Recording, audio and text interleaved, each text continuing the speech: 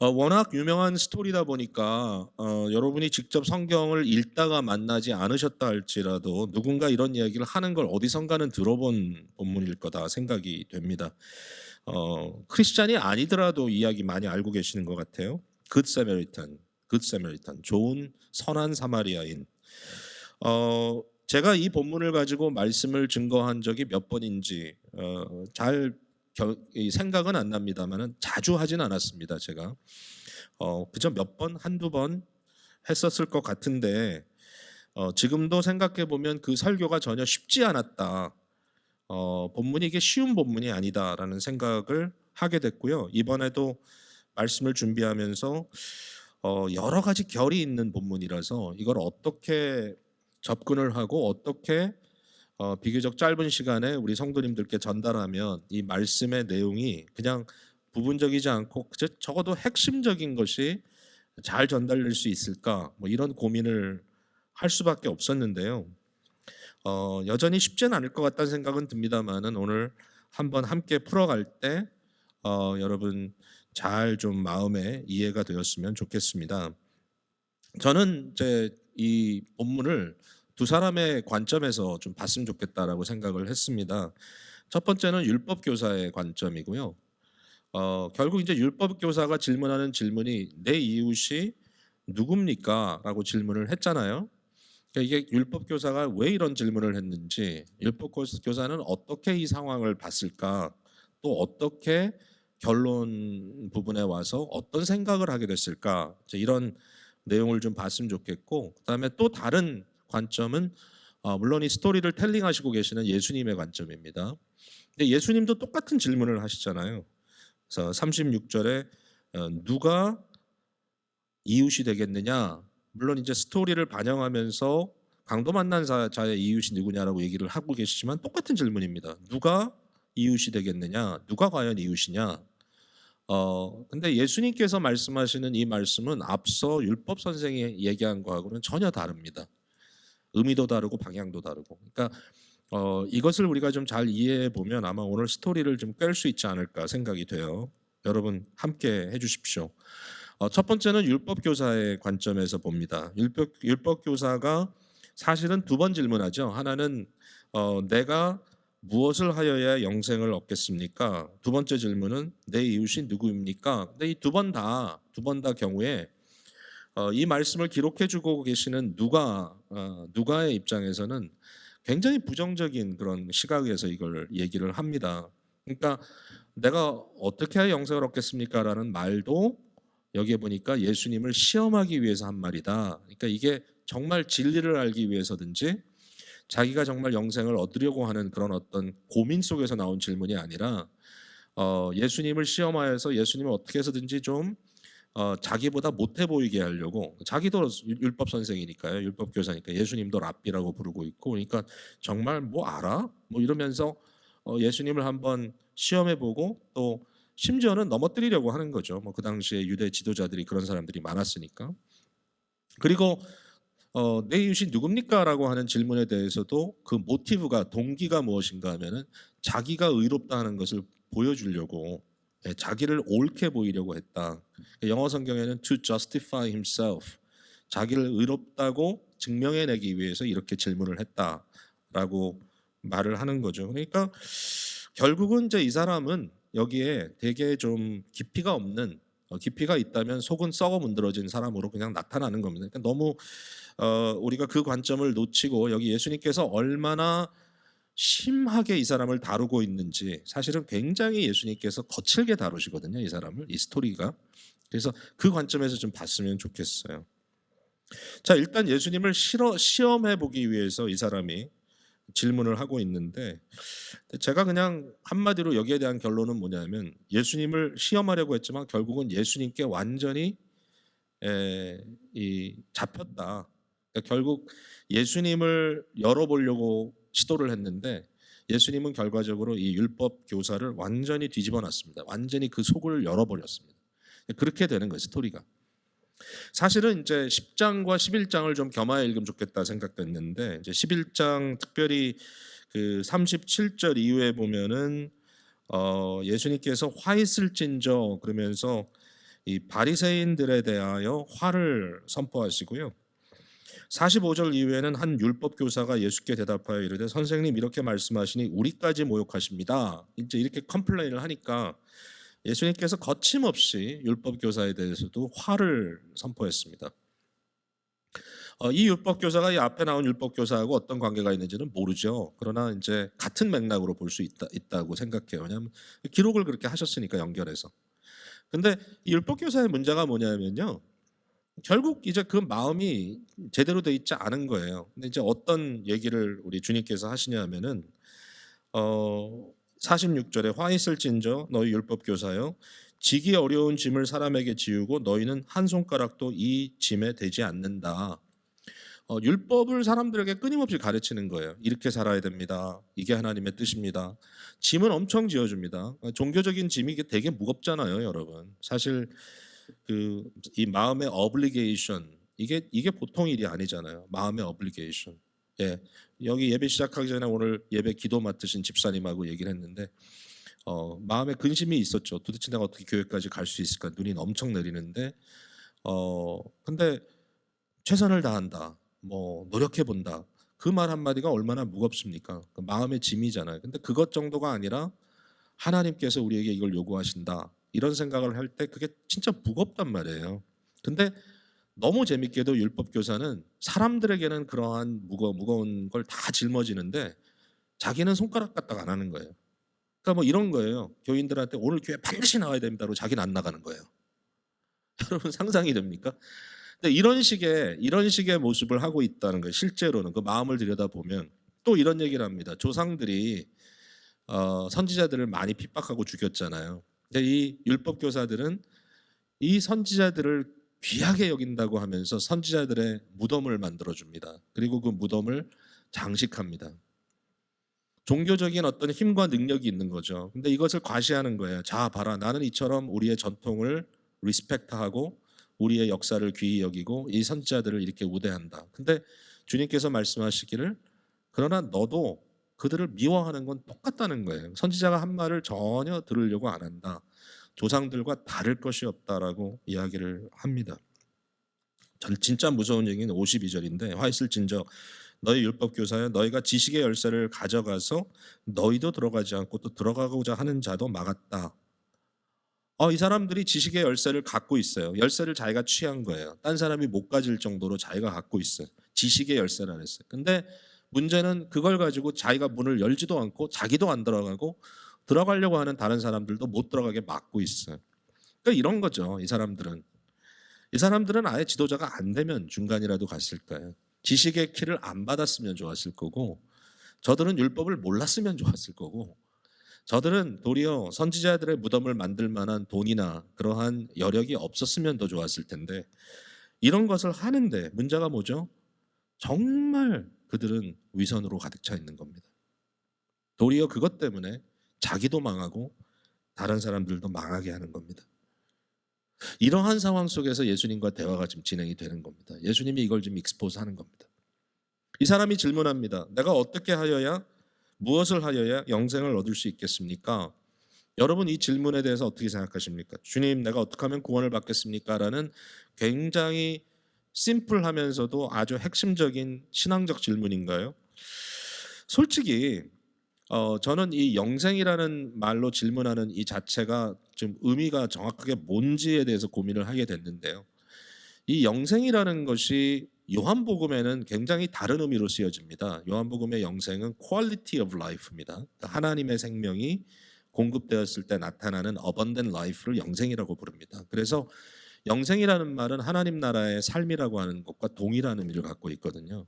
근데 사실상 1세기에 유대인들 사이에서 영생이란 단어가 쓰여졌을 때 이게 무슨 의미인가라고 하면 문자적으로 얘기하면 이것은 길고 긴 삶입니다. 그러니까 여기에 영생이라고 했을 때 생명, life라는 의미가 담겨져 있고요. 또 하나 붙어 있는 단어가 뭐냐면은 ages, 길고 긴.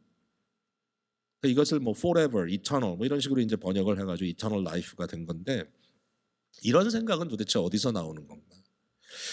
만약에 이 사람이 율법 선생이고 율법적인 관점에서 구약적인 관점에서 자기 어떤 구원에 대한 이야기를 하고 자기 민족의 구원을 얘기한다면 하나님의 나라 얘기를 한 게 맞아요. 율법은 하나님의 나라에 대한 거예요.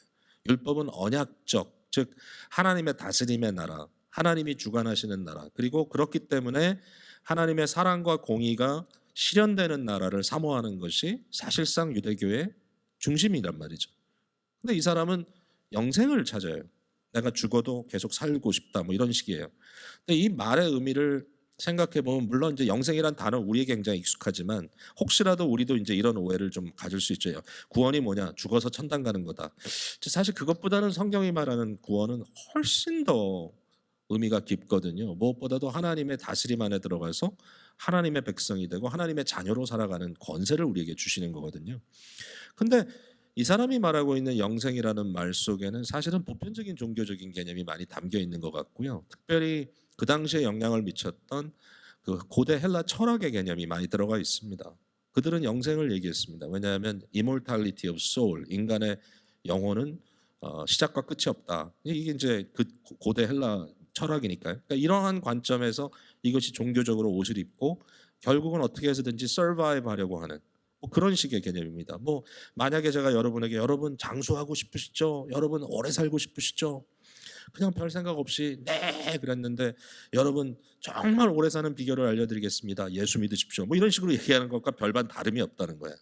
그러니까 이런 식의 지금 전개를 하고 있을 때 예수님께서 그에게 뭐라고 질문하냐면 율법은 뭐라고 하느냐. 자, 저는 이 부분에서 예수님의 마음을 좀 볼 수 있을 것 같아요. 사실 예수님은 율법의 의미를 압니다. 요한복음 5장에 보면 39절에 너희가 성경에서 영생을 얻을 줄 생각하고 성경을 연구하거니와 이 성경이 곧 내게 대하여 증언하는 것이다. 예수님은 성경, 율법조차도 예수 그리스도에 대한 증거라는 것을 알았단 말이죠. 그러니까 결국은 예수님에 대한 이야기로 끌고 가는 것이 맞는데 적어도 앞부분에 있어서는 전혀 안 하세요, 그거를. 그러니까 이 사람이 가지고 있는 자기의 카테고리 안에서, 자기의 공간 안에서, 자기 박스 속에서 그대로 머물도록 하십니다. 질문합니다. 율법이 뭐라 하더냐? 그러니까 이 사람이 하는 말이 하나님을 사랑하되 내 전심을 다하여 사랑하고 두 번째는 내 이웃을 내 몸같이 사랑하라고 하셨습니다. 그러니까 율법의 큰 두 가지 강령을 얘기했단 말이죠. 잘한 거죠. 율법을 너무 잘 서머라이즈한 거죠. 이 사람 율법을 알죠. 그런데 그 얘기를 주님께서 들으시고 뭐라고 말하시냐면은 근데 네가 과연 그거 할 수 있겠니? 이렇게 질문을 안 하시고 가서 그렇게 해라. 그러면 살리라. 이렇게 답을 주신 거예요. 근데 여러분 도대체 이걸 어떻게 합니까? 어떻게 우리가 전심을 다해서 하나님을 사랑하죠? 그리고 어떻게 우리가 이웃을 내 몸같이 사랑하죠? 근데 너무 재밌는 게 뭐냐면 이 사람은 이 카테고리 안에서 이 박스 안에서 스스로 완벽하다고 생각해요. 예수님 그걸 플레이하신 거예요. 어떻게 보면. 자, 이제 그 다음 스토리까지 가는 게 이제 중요한데 적어도 요거 한번 좀 얘기해보고 가자고요. 이 사람이 자기가 옳게 보이려고 이렇게 했다는 거예요. 옳게 보이려고. 무슨 얘기입니까? 저는 이렇게 생각해요. 이 부분을. 여러분 하나님을 사랑하는 거 우리가 판단하기 쉽지 않죠. 여러분 제가 하나님 얼마나 사랑하는지 여러분 아십니까? 뭐 저를 그래도 좀 잘 봐주시는 분은 우리 목사님 하나님 많이 사랑하시죠. 그렇게 얘기를 할 수 있는데 어떻게 아세요, 여러분이? 여러분이 하나님 사랑하신다는 걸 제가 어떻게 압니까? 이 자리에 와 계시니까 여러분 지금 예배드리고 계시니까 어려운 상황에서도 과연 그게 하나님을 사랑한다고 우리가 쉽게 판단할 수 있는 기준이 다 될까요? 거기에 이거는요 사실 우리 속마음이기 때문에 잘 표현이 안 돼요. 요한 사도가 이런 얘기를 했어요. 하나님 보이지 않는데 그 하나님 어떻게 사랑하냐 너희들. 그러면 진짜 하신 말씀이 있죠. 보이지 않는 하나님을 사랑한다고 하는데 보이는 형제를 사랑하지 않으면 그건 거짓말하는 거다. 그러니까 이제 이 포인트입니다. 바로. 그러니까 이 사람이 지금 뭘 하고 있는 건가 하면 내가 하나님을 사랑하는지 안 하는지는 아무도 모르지. 당신이 예수라도 그건 모를 거야. 그러나 내가 이웃을 사랑하는지는 사람들이 볼 수 있어. 그러니까 이웃 사랑만 내가 프루브를 하면 나는 완벽한 사람이라고 사람들에게 적어도 보일 거라는 거예요. 그럼 이웃 사랑을 어떻게 프루브하느냐? 여기에 대해서 이 사람은 어떤 생각을 하냐면 내 사랑을 받을 만한 자격이 있는 사람이 누군지 판단을 해달라는 겁니다. 지금 좀 선을 거달라는 거예요. 바운더리를 만들어주면 내 이웃이 누굽니까? 그러면 나 그 사람들 다 사랑합니다. 내 이웃이 누굽니까? 나 그 사람들 다 사랑할 수 있습니다. 의로워지고 싶으니까 자기가 의롭다는 걸 판단받고 싶으니까 그걸 알고 싶은 거예요. 사실 알아요. 이 사람은 자기 이웃이 누군지. 예를 들면 이렇습니다. 이 사람에게 평범한 유대인들이 이웃입니까? 아니요. 이 사람들은 평범한 유대인들을 아주 저주합니다. 평범한 유대인들은 무식합니다. 율법을 모르는 이 무식한 놈들은 저주를 받을지어다 이러고 다닙니다. 이 사람들은. 너희들 때문에 하나님의 나라가 안임하는 거야. 우리처럼 지키면 하나님의 나라가 벌써 왔어. 여러분, 이 사람들이 사마리아 사람을 이웃이라고 생각합니까? No way죠. 이방인들? No way죠. 예수님을 이웃이라고? No way죠. 그러니까 전혀 아닌 거예요. 그럼 이 사람들의 이웃은 누군가? 과연 이 사람 마음속에 누가 이웃일까라고 생각을 언뜻 해보면 적어도 자기 같은 사람, 종교인, 종교에 투철한 사람, 율법을 아는 사람, 그리고 뭔가 사람들 사이에서 존경받을 만한 종교적 업적을 지닌 사람, 이런 사람들이 이웃이라고 생각할 거예요. 내 그룹이니까. 내 이웃, 내 원수가 아니죠. 내 이웃. 이걸 가지고 주님께서 지금 뒤집어 엎어놓는 겁니다. 이게 스토리입니다. 자, 그럼 걸로 가볼게요. 예수님께서 스토리텔링을 하십니다. 예수님께서 스토리텔링을 하십니다. 여기에 나오는 인물들 그냥 지나칠 수가 없어요. 첫 번째 나오는 인물은 어떤 사람입니다. 어떤 사람. 자, 어떤 사람이 예루살렘에서 여리고로 내려가다가 강도를 만났다. 근데 이제 사실 이 선한 사마리아인의 비유만큼 알레고리화된, 그러니까 이걸 굉장히 알레고리로 해서 하나의 상징성으로 풀어진 비유가 그렇게 많지 않은데, 제가 이 부분에서 이런 설교를 들은 기억이 나요. 그러니까 이게 뭐냐, 이 문제가 뭐냐 이러면서 설교를 하시는데, 여기 어떤 사람이, 강도 만난 사람이 예루살렘에서 여리고로 내려간 게 문제다 이러면서 설교를 하시는 거예요. 예루살렘이 하나님의 도성이고 여리고는 저주받은 곳이기 때문에 역사를 보면, 그래서 글로 내려가는 게 문제다. 여러분 여리고로 가면 큰일 납니다. 이렇게 설교를 하시는데, 그때는 왜 다 그게 괜찮게 들렸는지 모르겠지만 전혀 포인트가 아니죠. 그런 포인트가 아닌데, 근데 이제 아마도 그 당시에 여리고로 가는 길에 강도를 만났다면 사람들이 고개를 끄덕끄덕 했을 것 같아요. 왜냐하면 그게 위험한 길이었던 것 같아요. 그 순간에 강도들 만나고. 지난주에도 말씀드렸지만 이 환대가 너무 중요한 시대에 강도가 나타나서 이렇게 지나가는 사람을 강도질하고 죽기까지 패고 몸을 다 옷까지 벗겨가고, 이런 건 진짜 나쁜 거죠. 이런 일이 어떻게 있을 수 있는가. 근데 여기에 이 어떤 사람이 도대체 누구냐, 어떤 사람을 괄호로 이렇게 만들어 놓고 여기에 누가 들어가야 되지, 이 전체 상황 속에서 이게 중요하잖아요. 스토리를 이해하려면 지금 예수님이 무슨 말씀을 하고 있는지. 여러분, 여기 어떤 사람이 누굽니까? 스토리상으로 보면 이런 거예요. 자, 이 율법 교사가 뭐라고 질문했죠? 내 이웃이 누굽니까? 그랬더니 예수님께서 나중에 뭐라고 질문했죠? 너의 이웃이 누구냐? 세 사람 중에 그 세 사람은 누굽니까? 제사장, 레위인, 사마리아인. 그러면 여기서 너 그 세 사람을 이웃으로 봐야만 하는 그 사람이 누굽니까? 강도 만난 사람이잖아요. 그러니까 이 스토리에서 굉장히 중요한 터닝 포인트가 이거예요. 여기에 율법 교사는 자기는 당당해요. 자기는 괜찮아요. 근데 이 스토리상 예수님은 이 당당한 율법 교사를 구원을 받아야만 하는 대상으로 만드시는 거예요. 네가 강도 만난 사람이다. 어떤 사람이? 너다. 네가 강도 만났다. 사실 그게 틀리지 않잖아요, 여러분. 우리가 어떤 존재입니까? 죄와 허물로 죽은 자들이잖아요. 우리가 구원을 받아야 될 자들이잖아요. 이 율법 교사도 구원을 받아야 될 대상이잖아요. 이 사람이 누구를 구원하겠어요? 자기는 당당해 보일지 몰라도 사실은 심각한 내적인 문제를 내포하고 있는, 구원받아야만 하는 사람인데, 이 강도 만난 사람 바로 이 율법 교사인데, 이 율법 교사에게 이제 그 질문을 던지는 겁니다. 너의 이웃이 누구냐? 율법 교사가 조금 떨리기 시작했어요. 이 상황에 이 얘기가 내 얘기인가?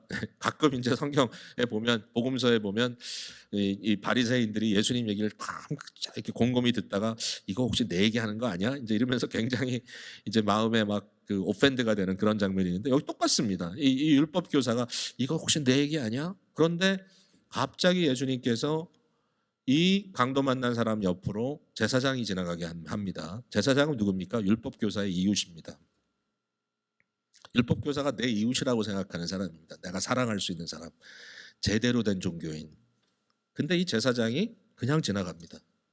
레위인이 지나갑니다. 똑같아요. 똑같은 캐러골입니다. 종교인입니다. 종교 일을 하는 사람, 성전을 섬기는 사람.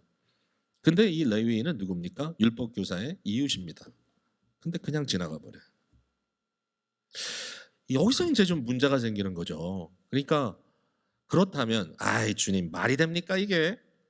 아니 제사장이 왜 지나갑니까? 아니 여기 레위인이 왜 이런 상황에서 이 사람을 그냥 두고 갔겠습니까? 그 사람들이 나를 버려둔다고요? 그 사람들이 나를 도와주지 않는다고요? 그건 불가능합니다. 절대로 그럴 사람들이 아닙니다라고 얘기를 하고 싶은데 예수님은 저들을 너무 잘 아는 거예요.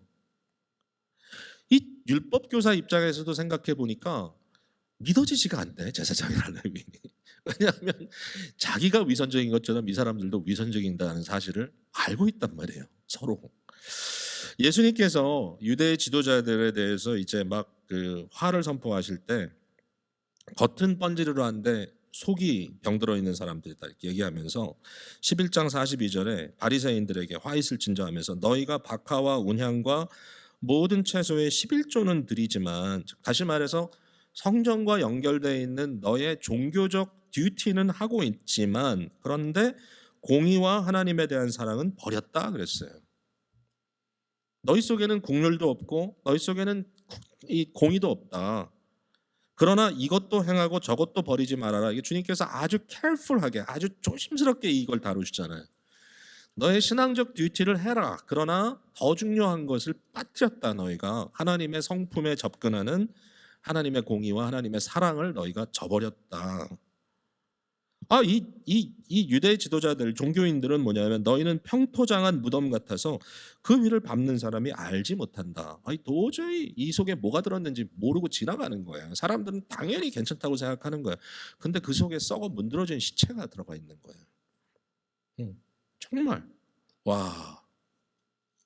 그러니까 여기에 이 종교 지도자 중에 하나인 율법 교사가 이 말을 들으면서 마음속에 정말 제사장이 나를 버려두고 갈 수 있을까? 그 상황에서 레위인이 정말 나를 버려두고 갈 수 있을까? 나는 그 사람들을 나의 동료요, 나의 이웃이라고 생각했는데, 근데 문득 머릿속에 지나가는 생각이 나도 그런 상황에서는 도와주기가 쉽지 않지. 이런 생각이 들었던 겁니다. 나의 이웃이 누구입니까? 자기가 딱 줄 거놓고 사랑하려고 그랬는데 생각해 보니까 거기부터 의심이 오기 시작하네. 근데 여기에 이제 더 큰 충격은 뭐냐면 사마리아인을 소개하는 겁니다. 근데 산 사마리아인이 지나갔다. 여러분 진짜 이게 이제 심각한 거예요. 예수님 이렇게 말씀 안 하셔도 되는데 굉장히 거칠게 다루는 거예요. 지금 이 상황을 사마리아인을 딱 거기 대비합니다. 여러분 여기서 예수님이 사마리아인이 누군지 모릅니까? 사마리아인들은 어떤 사람인가 하면요 이단자들입니다. 이단자. 그러니까 유대인 피도 좀 있지만 이방인의 피가 섞여져 있는 거기도 종교적으로 이단자 정통이 아니에요. 여기에 사마리아인을 여기에 등장시키는 것이 오해는 하지 맙시다. 이게 뭐 예수님께서 모든 사마리아인은 그러므로 보편적으로 선하다, 너희들보다 낫다 그런 얘기는 아니죠. 지금 이 상황 속에서 이 사람의 문제를 지적하기 위하여 사마리아인이 등장되는 거죠. 자, 만약에 이게 여러분과 저의 이야기인데 제가 지금 강도당한 사람이라서 이 이야기를 듣고 있는데 주님께서 오늘날의 상황을 빗대어서 이렇게 얘기를 하신다. 한번 생각해 봅시다. 야, 너 목사 친구가 지나갔는데 그냥 보고 지나가더라. 굉장히 기분 나쁘겠죠. 내가 얼마나 잘해줬는데. 근데 교회 정말 열심히 일하는 일꾼인데 그냥 널 보고 지나가더라. 그럴 리가 없죠. 주님 그럴 수가 있습니까? 근데 그런 식으로 이제 예수님께서 얘기를 하셨단 말이에요. 근데 갑자기 누가 나를 구해주냐 하면은 이슬람 교도가 와서 나를 구해줬다는 거예요. 아니면 몰몬 교도가 와서 나를 구해줬다는 거예요. 아니면 나는 좀 성향이 굉장히 이 반공 기질이 있는 사람인데 어떤 사람이 공산주의자가 와가지고 날 구해줬다는 거예요. 그러니까 예수님께서 이런 식으로 이야기를 하면 일단 이게 시비 거는 거잖아요. 굉장히 어렵잖아요. 여러분 어떻게 생각하세요? 만약에 누가 이런 식으로 와서 이렇게 얘기를 했다 그러면 여러분 어떻게 반응하시겠어요? 이 상황에서. 근데 저는 여기에 주님께서 하시는 말씀에 굉장히 중요한 펀치라인이 있다고 생각해요. 그게 뭐냐면 예수님이 사마리아인이 이단자인 거 모르나요? 알죠. 그러나 이겁니다. 여러분 지금 율법 교사는 뭘 따지고 있냐면요. 정통을 따집니다. 뭐의 정통? 말과 생각의 정통. 율법을 제대로 아는가? 하나님의 말씀을 제대로 아는가? 신학이 정통인가? 이거를 지금 따지고 있는데 그게 나쁠 게 뭐가 있습니까? 여러분 잘 아는 건 고마운 일이죠. 근데 문제가 뭐냐면은 생각과 말의 이단은 아닌데 이 사람은 삶의 이단인 거예요. 이단이란 말은 끝이 다르다는 얘기잖아요. 아는데 삶이 달라요. 근데 여기 사마리아인은 좀 반대로 우습게도 여기 그런 사람이 있다면 이제 가 설정을 하는 거예요. 그 사람은 생각과 말은 좀 틀렸는데 삶이 정통해요. 이거 어떻게 봐야 돼? 이거 헷갈리게 하는 거예요. 주님께서 우리에게. 근데 우리 생각에 보통 이렇습니다. 우리 생각에요. 그 이단 그러면 뭐 무지 싫어하죠. 뭐 그냥 이단은 꺼려지고 죄에 대해서도 우린 좀 그레이딩이 있잖아요. 예를 들어서 뭐 성적 범죄 이러면은 그 사람은 뭐 두 번 다시 해결 안 될 사람으로 생각하죠. 뭐 제가 뭐 동성연애자를 옹호하는 건 아닙니다. 절대로 그것이 그렇다고 해서 하나님 앞에 올바른 라이프라고 생각하지 않고요. 그렇게 가르치지도 않을 겁니다. 당연하죠. 그럼에도 불구하고 우리 생각에 좀 성별에 대해서 좀 혼란스러운 사람이 있다 그러면 진짜 나쁜 사람으로 생각합니다. 도적질했다. 돈 떼어먹었다. 사기꾼. 근데 반면에 너무 재밌는 게 뭐냐면은 위선적이다. 또는 교만하다. 내가 지적으로 교만하고 내가 위선적이다. 이런 얘기를 하면 저는 위선적입니다. 저는요 교만합니다. 이런 얘기는 너무 술술 잘해요. 저는 성범죄자입니다. 누가 그런 얘기를 하겠어요? 근데 이제 여기에 가치관의 문제가 있는 거예요. 성경이 뭐라고 얘기하느냐라고 하면은 여러분 성경에 주님께서 정말 비판하는 게 뭐냐면 교만입니다. 최고의 죄가 교만입니다. cardinal sin. 최악의 죄가 교만. 왜? 그게 사탄의 죄이기 때문에. 다른 죄도 죄예요. 그게 죄가 아니라는 것도 아니고 그것은 가볍다고 얘기를 하려는 게 아니야. 그런데 문제는 뭐냐면 우리의 사고 속에 우리의 틀 속에 나는 갇혀 있어요. 그래서 내가 교만하다 또는 내가 좀 위선적이다. 주님 뭐 내가 말은 이렇게 하지만 사실 이렇게 살지 않습니다. 제가 목사인데요. 지금 가르치는 건 제대로 가르쳐야 되지 않겠습니까? 여러분 큐티 열심히 하십시오. 여러분 기도해야 됩니다. 근데 저는 말씀도 안 보고 기도도 안 한다. 만약에 그렇다면 그렇지 않아야 될 거고 그렇지 않기를 저도 바라는데 근데 혹시라도 그런 좀 부족하다고 생각하는데 그거야 뭐 다 그렇지 뭐 이렇게 넘어간다면 그게 얼마나 심각한 문제냐는 거죠. 근데 그거를 심각지 않게 생각한다. 이거예요. 이거. 우리 주님께서는 이렇게 말씀하시는 것 같아요. 이웃이 된다는 것은 형식이나 어떤 사람의 부류가 아니라 말 그대로 이웃이다. 사랑을 베푸는 것이 이웃이다. 사랑을 베푸고 긍휼을 베푸는 자가 이웃이다. 그러니까 이 사람은 지금 뭐라고 질문했죠? 내 이웃이 누구길래 내 사랑을 받을 만한 권한이 있겠습니까? 내가 사랑할 만한 대상이 누굽니까? 굉장히 건방진 질문이죠. 근데 예수님께서 말씀하시기를 이웃이 누구냐라고 질문하지 말고 네가 이웃이 되어주는 것이다. 왜냐하면 이웃은 사랑하는 사람이 이웃이니까. 오늘 본문 속에 사실 예수 그리스도는 결국은 자기 얘기를 하고 계십니다. 내가 그이다라고 말씀은 안 하지만 앞서 말한 대로 성경에서 영생을 얻을 줄 알고 성경을 연구하거니와 이 성경은 곧 나에 대하여 증언하는 것이다. 결국 성경은 나에 대한 것이다. 그런데 너희가 영생을 얻기 위해 내게 나오지 않는다. 왜 나오지 않느냐? 너희가 너희 영광을 구하기 때문이다. 예수님께서 굉장히 강력하게 얘기하시거든요. 오늘 본문 속에 이 사마리아인은 누구냐? 저는 예수님이라고 생각합니다. 어떻게 그걸 아느냐는 거죠. 본문 안에서. 어떻게 그걸 아느냐? 일단은 유대 종교자들이 예수님 참 미워했고요. 정말 순수한 마음으로 예수님의 증거를 들어주려고 하지 않았고요.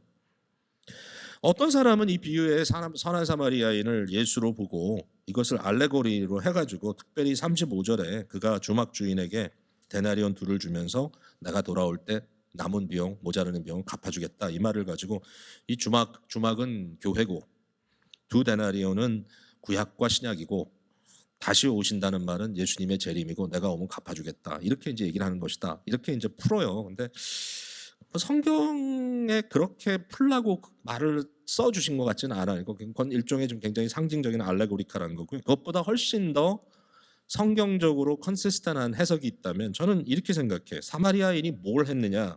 33절 35절에 보면 어떤 사마리아 사람은 여행하는 중 거기에 이르러 그를 보고 불쌍히 여겨 가까이 가서 이렇게 해주고 돌보아 주었다. 여기에 이제 네 가지 액션이 나오잖아요.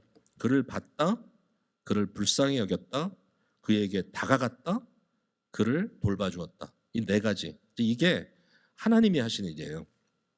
그러니까 출애굽기에 보면은 애굽의 종살이로 신음하는 사람들에게 주님께서 어떻게 다가가셨는가 이 얘기를 할 때 모세에게 이런 표현을 쓰는 거예요. 내가 보았다 그들의 고난을, 내가 그들의 신음을 들었다. 그리고 내가 그들에게 대하여 긍휼한 마음을 가졌다. 그러므로 내가 너에게 왔다. 다가왔다. 그리고 내가 그들을 구원해낼 것이다. 이게 하나님의 하시는 일을 그대로 써주신 거예요. 이게 사사기에도 이런 얘기가 나와요. 사사기에 이스라엘 백성들이 강도 만나죠. 누구 강도 만나죠? 옆에 있는 적국들이 들어와가지고 저들을 완전히 초토화시켜버리고 다 뺏어가죠. 강도 만났잖아요. 그때 하나님께서 그들에게 어떻게 하십니까? 내가 너희의 고난을 보았고 내가 너희의 신음을 들었고 내가 너희를 긍휼히 여겼고 그러므로 내가 너에게 왔고 내가 너희를 구해주었다. 이게 메시지입니다. 예수님의 성육신 사건도 똑같잖아요. 예수님이 우리의 형편, 우리의 상황을 보았고 우리의 신음소리를 그가 들었고 그가 우리를 위하여 긍휼한 마음을 가지셨고 그러므로 그가 인간으로 우리에게 오셨고 그리고 우리를 돌봐주시고 구원해 주셨다. 이게 예수님 얘기. 그러니까 결국 이 패러다임 속에 여기 결국은 예수님 얘기를 하는 것이다. 그러니까 이 율법 교사에게 정말 이 메시지가 마음에 와서 때렸다면 그가 뭐라고 반응해야 되냐면 나는 죄와 허물로 죽은 자요. 나는 영적으로 강도 만난 자입니다. 맞습니다, 주님. 저는 위선자입니다. 저는 교만했습니다. 저는 하나님 앞에 설 수 없는 누더기 같은 존재입니다. 그러므로 나는 이 시간에 구원자가 필요한데 제사장이 날 구원하겠습니까? 레위인이 날 구원하겠습니까? 예수님 당신밖에는 나를 구원할 자가 없사오니 나를 구원하소서. 이렇게 하는 게 정상인 거예요. 저와 여러분에게 이 메시지 주시는 거예요. 오늘 이거예요. 예수님이 우리의 진정한 이웃입니다. 그리고 마지막 펀치라인 하나 날리시죠. 너도 가서 그렇게 하라. 왜냐하면 우린 예수님 제자니까. 내가 너희를 사랑한 것 같이 너희도 서로 사랑하라. 내가 너희의 이웃이 되어준 것 같이 너희도 서로에게 이웃이 되어주라.